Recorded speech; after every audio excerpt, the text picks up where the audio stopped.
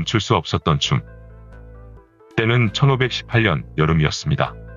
지금으로부터 약 5세기 전인 그때 세계에서 가장 긴 미친 열풍이 스트라스부르에서 열렸습니다. 그것은 일부 사람들에게는 치명적인 춤의 전염병이었습니다. 그 원인은 도대체 무엇이었을까요? 그것은 한여름의 더위에 야외에서 춤을 추는 소수의 사람들로부터 시작되었습니다. 팔이 흔들리고 몸이 흔들리고 옷이 땀에 젖어 밤새도록 춤을 추며 다음날까지 춤을 췄습니다. 먹거나 마시기 위해서마저도 그들의 춤은 거의 멈추지 않았고 피로감과 멍든 발의 통증을 잊은 것 같았지만 그들은 며칠이 지난 후에도 계속되고 있었습니다. 문제가 커지고 당국이 개입할 무렵에는 수백 명의 사람들은 이미 같은 열광적인 방식으로 춤을 추고 있었습니다. 이것은 세계사에 기록된 가장 이상한 전염병 중 하나였던 것입니다. 대략 500년 전 프랑스 스트라스부르의 여름에 3개월 동안 뜨겁게 이글거리는 기간 동안 수백 명의 사람들이 춤추는 충동을 갖게 되었습니다. 춤은 계속 이어졌고 그것을 바라보던 관중들의 공포를 보러 모인 군중의 공포에 이르기까지 그들 중 일부는 그 자리에서 쓰러져 죽었습니다. 그들에게 도대체 무슨 일이 일어났던 것일까요? 1530년대에 뛰어난 의사인 파라셀수스가 쓴 끔찍한 기록에 따르면 1518년 7월 중순에 외로운 여성이 집 밖으로 나와 며칠 동안 몸을 흔들면서 스트라스부르에 춤추는 전염병은 시작되었습니다. 일주일 만에 수십 명이 그녀와 똑같은 저항할 수 없는 충동에 사로잡혔습니다. 그러나 도시를 운영하는 부유한 자들은 즐겁지 않았습니다. 그들 중 한 명인 작가 세바스찬 브렌트는 그의 도덕적 베스트셀러였던 쉬보브 풀즈의 한 장을 그러한 춤의 어리석음에 비유했습니다. 거리의 혼돈에 미혹된 그와 그의 동료 시의원들은 일반적인 의학적 지식에 따라 그 춤이 뇌에 과열된 피의 결과라고 선언한 지역 의사들과 그 문제를 상의했습니다. 그리고 의원들은 그들이 생각한 적절한 치료라고 느꼈던 것을 실행했습니다. 그것은 바로 춤을 더 많이 추게 하라는 것이었습니다. 그들은 노천 곡물시장을 정리하여 자리를 만들고 말 박람회 옆에 무대를 세웠습니다. 이 장소에서 그들의 광적인 움직임을 유지하게 함으로써 병을 떨쳐낼 것이라고 믿고 미친 듯 춤을 추는 사람들을 호위했습니다. 초기 근대 유럽에서 중세 도시의 특권 시민의 계급이었던 버거는 심지어 파이퍼와 드러머를 고용하고 그들이 소용돌이치고 흔들릴 때 그들의 몸을 움켜잡게 하여 멈추지 않는 춤으로 인해 고통받는 사람을 오히려 똑바로 몸을 유지시키기 위해 건장한 남자들을 고용하기도 했습니다. 곡물시장과 말 박람회에 참석한 사람들은 마치 상상 속의 풍경을 담은 작품들로 유명하며 20세기 초현실주의 운동에 영향을 끼친 네덜란드의 화가인 히에로니무스 보시가 상상한 그 어떤 것보다 더욱 기이한 장면을 연출하며 여름 햇살 아래에서 계속 춤을 췄습니다. 그 당시 상황을 도시기록 보관소에 있는 자료에는 다음과 같이 설명했습니다. 그들의 광기 속에서 사람들은 의식을 잃고 많은 사람들이 죽을 때까지 계속 춤을 추었습니다. 의회는 결국 그러한 방법을 동원한 것이 실수였다는 것을 알게 되었고 무용수들은 지글지글 끓어오르는 분해보다 이제는 거룩한 분노로 고통받고 있다고 판단하여 강제 고행 기간을 선택하고 대중 앞에서 음악과 춤을 금지했습니다. 그리고 마지막으로 무용수들은 근처의 사베른 마을 위의 언덕에 있는 곰팡이 냄새로 가득한 동굴에 있는 성 비투스에게 헌정된 신전으로 끌려갔는데 그곳에서 그들의 피 묻은 발을 빨간 신발에 넣고는 그들을 성인의 나무 조각상 주위로 데려갔습니다. 그리고 그 다음 주에 대부분이 거친 움직임을 멈췄고 전염병이 끝났다는 것입니다. 인류 역사의 이러한 이상한 장면은 대답하기 어려운 질문을 많이 제기합니다. 어째서 버거들은 그렇게 달구어진 병든 두뇌를 치료하기 위해 춤을 더 많이 추도록 처방했을까요? 그리고 무용수들은 어째서 빨간 구두를 신도록 만들었던 것이며 그로 인해 얼마나 많은 사람들이 죽었던 것입니까?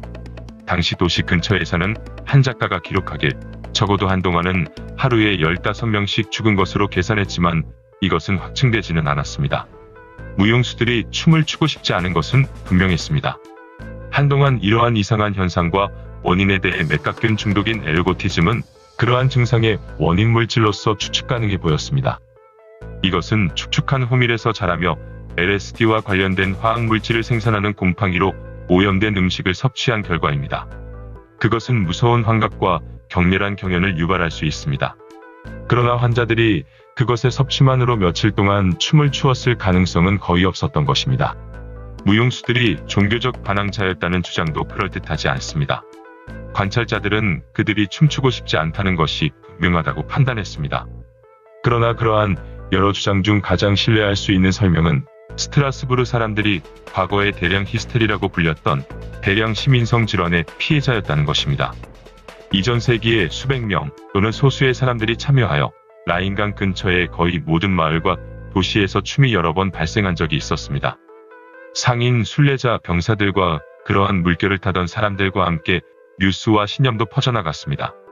이 지역의 문화적 의식에는 성비투스가 죄인들을 춤추게 함으로써 처벌할 수 있다는 특별한 아이디어가 있는 것 같습니다. 스트라스부르에서 200마일 이상 떨어진 클른 대성당의 한 그림은 그러한 저주를 극화합니다. 성비투스의 이미지 아래 세 남자가 즐겁게 춤을 추고 그들의 얼굴은 현실과 동떨어진 사람들의 표현을 담고 있습니다. 초자연적인 선택 의지에 대한 그러한 믿음은 우리의 행동에 극적인 영향을 미칠 수 있습니다. 전형적인 경우는 영이 소유로 사람들은 마치 영이나 신에게 자신의 영혼을 점령당한 것처럼 행동합니다. 변경된 의식 상태에 대한 연구로 유명한 미국 인류학자 에리카 부르기뇽은 영이 소유가 진지하게 받아들여지는 신념의 환경에서 자란 사람들이 정상적인 의식이 무력화되는 해리적 정신 상태에 들어갈 경우 어떤 것들이 사전에 영향을 미치는지에 대해 썼습니다. 사람들은 그들의 영이 어떻게 행동해야 하는지에 대한 문화적으로 규정된 아이디어에 따라 행동한다고 합니다. 이것은 1700년대 초 수녀들이 몸부림치고 경연하고 입에 거품을 내고 음란한 몸짓과 제안을 하고 나무를 오르고 고양이처럼 소리를 냈던 1700년대 초 이전에 유럽 수도원에서 일어난 일과 비슷하다는 것입니다. 그들의 행동은 이상해 보였지만 수녀들은 죄에 집착하도록 독려하고 신비로운 초자연주의에 흠뻑 빠져 있는 공동체에 살았습니다. 악마가 자신의 영혼에 들어갔다고 확신한 사람들은 신학자와 엑소시스트가 악마적으로 영혼이 사로잡힌 사람들이 하는 일이라고 정의한 내용과 거의 정확히 비슷한 해리 상태에 빠지기 쉽다고 합니다. 이러한 관찰은 확실히 1518년 스트라스부르에서 일어난 일에 적용될 수 있을지도 모릅니다. 성비투스의 저주는 암시적인 것을 해리 상태로 몰아넣을 수 있는 일종의 초자연주의적 믿음입니다. 연대기는 대부분의 사람들이 분노한 성비투스가 고난을 일으켰다고 생각하는 데 동의합니다. 그래서 독실하고 정서적으로 허약한 몇몇 사람들은 성비투스의 시야에 자신이 들어가게 되어 며칠 동안 춤을 추도록 충동을 느끼는 트랜스 상태에 들어갔다고 믿었습니다. 그토록 죽도록 춤추는 것이 실제로 대량 시민성 질환의 경우라면 왜 그렇게 많은 사람들을 집어삼켰는지 정확히 알 수는 없습니다. 하지만 분명한 것은 무용수를 한 군데 몰아넣고 춤을 추게 무대를 꾸몄던 의원의 결정보다 총체적인 심령 전염병을 유발하는데 더 도움이 되는 행동은 거의 없었을 것입니다. 1517년 사회적, 종교적 갈등, 끔찍한 새로운 질병, 수학 실패, 급등하는 밀가격은 광범위한 불행을 야기했던 나쁜 해라고 설명된 이듬해 여름은 고아원, 병원, 대피소가 필사적으로 넘쳤습니다. 이것은 하느님이 그들에게 화를 내고 성비투스가 저주를 내렸다고 상상할 수 있는 도시의 궁핍한 사람들에게 이상적인 조건이었습니다. 하지만 다행히도 1518년 댄스 전염병은 유럽에서 마지막으로 발생했습니다. 모든 가능성에서 더 이상의 발병 가능성은 그들을 지탱해온 신념체계와 함께 감소했습니다. 이런 식으로 춤에 대한 광란은 심리적 고통이 표현되는 방식을 형성하는 문화적 맥락의 힘을 강조하는 것이 아닐까요?